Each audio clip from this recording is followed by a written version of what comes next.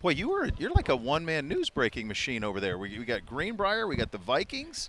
I mean, you got a lot going on here in the last 5 minutes, my friend. It's a tool of distraction, all right, for the real thing we have. We trade up to the number 1 overall pick. You heard it. Write that down. Write that down. I like that. That's there we solid. go. I like that. There's right a haymaker. You heard it. You heard it. People are going to run wild. What you've been coming to this for? What do you like? What do you like most about this? I'm sure there's plenty you don't like, but what do you like most about the NFL kind of gathering in Indy every year? Honestly, it's seeing the people. It's two things. It's seeing the people, and it's the beginning of kind of putting your strategic discussions into action. But it really is like the people, whether it's catching up with former colleagues, whether it's catching up with your competitors and trying to do some business, seeing friends, or in my case family at this point. Yeah, right. It really is that. It's great. And for you coming back to Indy, probably Yeah. when you think about your overall journey, it's probably a little special. Now you guys are lucky that you're asking me on what is it, Tuesday? If you ask me on Friday, I'll have probably a much different perspective. It's early You're very cheery right now. Early. You're still fresh. You're still that's fresh. exactly right. So, obviously, the announcement you mentioned it. Greenbrier again. What did you like about it? What do you think the team gained from that experience? Yeah, so we love the ability to get away and just kind of focus on football, focus on the team. And the staff there was obviously incredible in terms of the setup at the Greenbrier, which is something that that we certainly appreciated. But the ability to just focus on us, put in a number of kind of new pieces together, and really just kind of like bond. We thought that was incredibly important. Yeah. We think that was something that created a really strong foundation for us going into the fall. I don't know that there was a player availability, because obviously there's a lot going on this season for us. I don't know that there was a player availability where they didn't maybe reference that time at the Greenbrier and how it brought them together. It felt like every time one of them talked about it and be like, how are you guys getting through this? How the heck can win 11 games? How's this happen? Like, well, it all started back there. Yeah, it really did. And the guys took to it. We got a ton of positive feedback.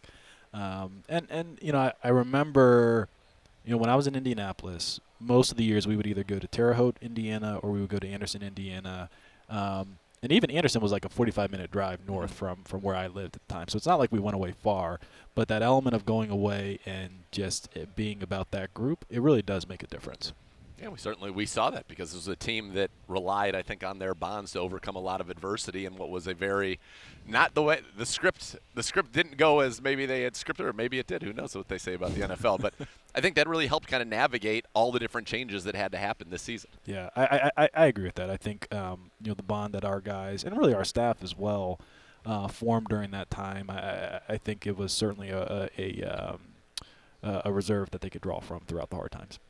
So, and maybe this is just in my mind, but it feels like the distance from the combine to free agency seems to be getting shorter and shorter every year, even though it probably isn't, and then the draft is still at the end of April.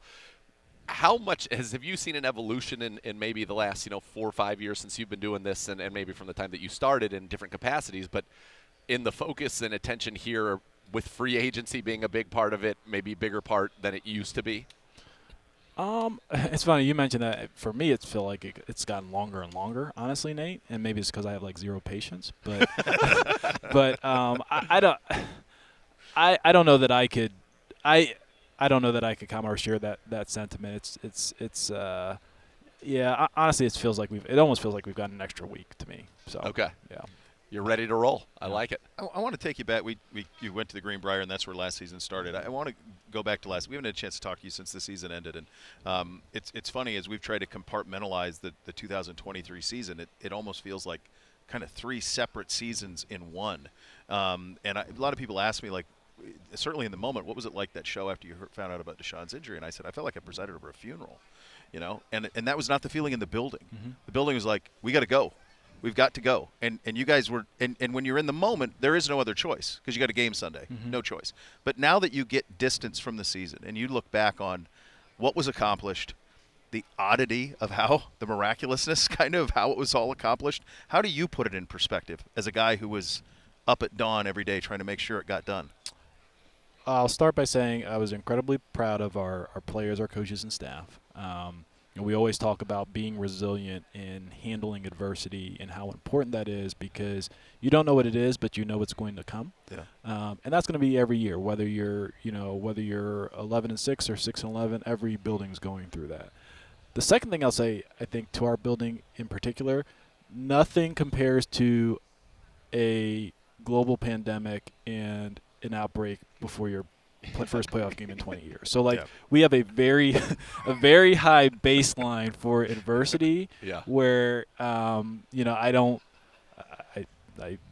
am scared to say this, but like I think there's very little that will top some of the experiences that we've dealt with over the past 4 seasons. Yeah.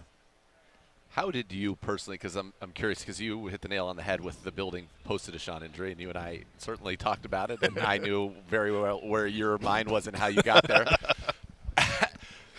Just kind of from your standpoint, you get the news, you have to have a period where you're digesting that, and then you're like, okay, this is how we're dealing with this. What was that kind of like time frame for you?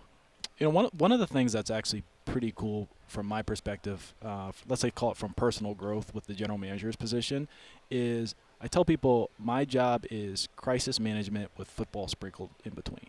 So you kind of get used to like managing different crises. It may be a roster crisis, it may be an off-field thing, it may be a staffing thing, so on and so forth.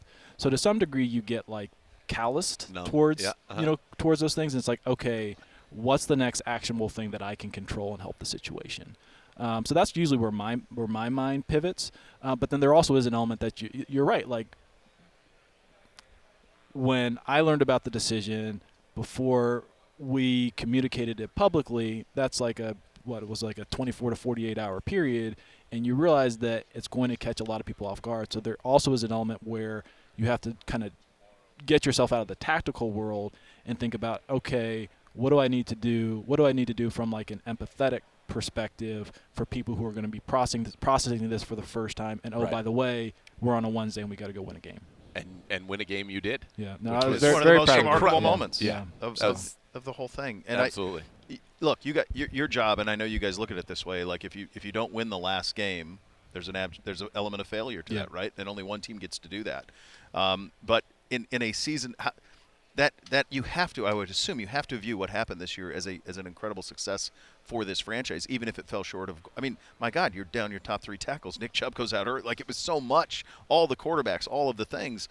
How do you put that 2023? How much of a success was it for you and for the organization? Yeah, I'm very proud of the season that we had as an organization. I don't necessarily ascribe to the notion that if you don't win the Super Bowl, the season is a failure. I think that's strong.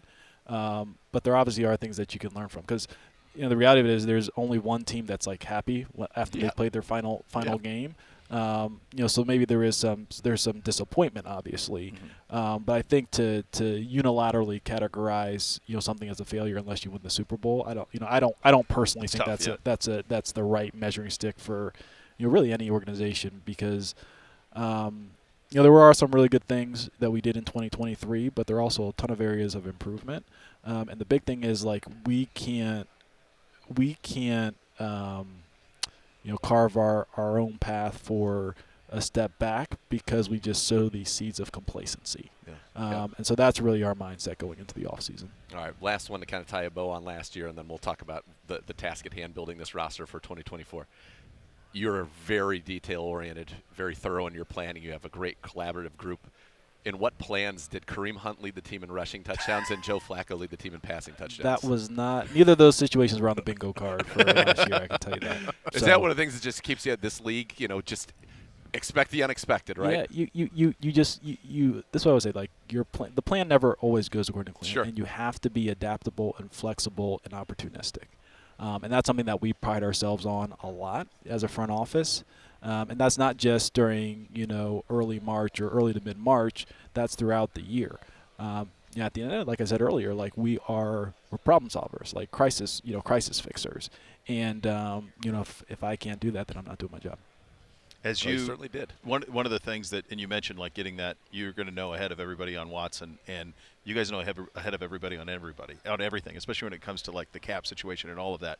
And I think sometimes people get in a panic. Especially our fans get in a panic. Oh my gosh, the cap. And Z and I was like, man, they know. They've been looking They've been 5 this- years out. So Yeah. just for so that people understand, how far out are you looking? Numbers wise, as you're building this thing for now, but for 5 years, 10 years, how far do you go out? Yeah, it's usually probably a 3-year window, honestly, because and really even a 3-year I use loosely because it's just your roster is so noisy. Like I don't think people truly appreciate how much turnover there is in the league from year to year, and then just how your assumptions on players may change, especially as it relates to their costs in a given year. Not to mention how positional market shifts, obviously like player costs around the league, which drives the cap. That may change. Your assumptions may change from year to year on that, but it's usually with a 3-year window. Okay. What'd you think of the cap number this year? It's good, right? Higher is better. It's a win. Well, I think also when you are a team that is I'm sure you guys are modeling this out, and you're saying, okay, maybe we're able to. The dollars we're paying today actually aren't going to be the same dollars in 2 years as you get the inflation of the cap, and when you get a nice hit like that, it probably helps that. Yeah, no, I think that's fair, Nate. Yeah. All right. Some positions on the defense. Let's talk linebacker for a second and defensive tackle, where you've got a lot of guys that you have now are free agents. Do you expect any movement to secure some before we hit the March 14th or the mid-March period? It's really too early to tell. Okay. This is what are we in February? Late February right now. In the league year's March. Call it March 15th. Sure. It's just too early to tell. Okay. Yeah. As you not a first-round pick again, and as you start, we're here at the Combine. These guys are going to all start testing. Don't pick till 54. You've always been very nimble on draft day. When you have obviously you guys have boards. You have all these things that you've worked on. How different is it when you don't have a one, or is it the same approach no matter what? Yeah, it's pretty much the same approach because you never know what opportunities will present themselves. You never know what piece of information may fundamentally alter a player's value. Part of being opportunistic and ready to adapt is being prepared. And so I think I've mentioned before in the past that we go into the draft thinking of it as like an expansion roster, and evaluate all prospects accordingly. That'll really be our approach every year. Yeah. You've done a great job without having a first-round pick, finding a guy like M.J. Emerson, who I think is playing like a first-rounder. Just led your team in interceptions. It was number 1 in quarterback rating allowed. DeJuan Jones certainly looked. If you were redrafting, he's probably going in the top 10, right? Yeah. How have you guys been able to do that? And is that something that is, when you don't have a first-round pick, it's let's really hone in on some guys that we think could perform at that level, even if there's some risk to it, because there's got to, otherwise they wouldn't be there, right? Is that something that you guys are cognizant of, or it's just kind of worked out that way? Yeah, I don't think there's a fundamental shift in strategy in terms of the approach for player selection. It's probably more in terms of how we manage our picks. So like one of the things that we've done over the past 3 years without the ones is like we have had higher volume in terms of the number of selections, which won't fully make up for the loss of three first-round picks, but it's one of the approaches that certainly helps. I think a big part of it is of whether it's DeJuan or Emerson. Sometimes it's just having access to the player because I always feel like the NFL, it's like an acquisition game now. You can identify the players, but if you either don't have access or can't figure out a way to get access to them, it really doesn't do you any. Right? It doesn't do you any good. So I do think that there's a little bit of fortune involved with it, with that those guys were available, at the time that we have taken them off the board. AB, give some fans a bit of a health update. We got quarterback, running back. Deshaun, Nick, 3 tackles. Where are we health-wise with those guys in terms of their recoveries and their rehabilitations? Yeah, I think all of them are progressing as appropriate. Obviously they all have different timelines for their recovery. With with Nick and Jack having the most the longest recovery timelines. But it's still early in the process for most of them. But we're pleased with the early return so far. Yeah, and Deshaun specifically, obviously, that's thing kind of, for us, it came out of nowhere. Obviously, you got a little bit of a head start, but we had always heard, like, mini camp? Is that kind of where we are with him still? So he's going to throw next month, and he's been working his tail off. He's on a good pace. I don't want to put the cart before the horse and everything, but he's in a really good spot. Good.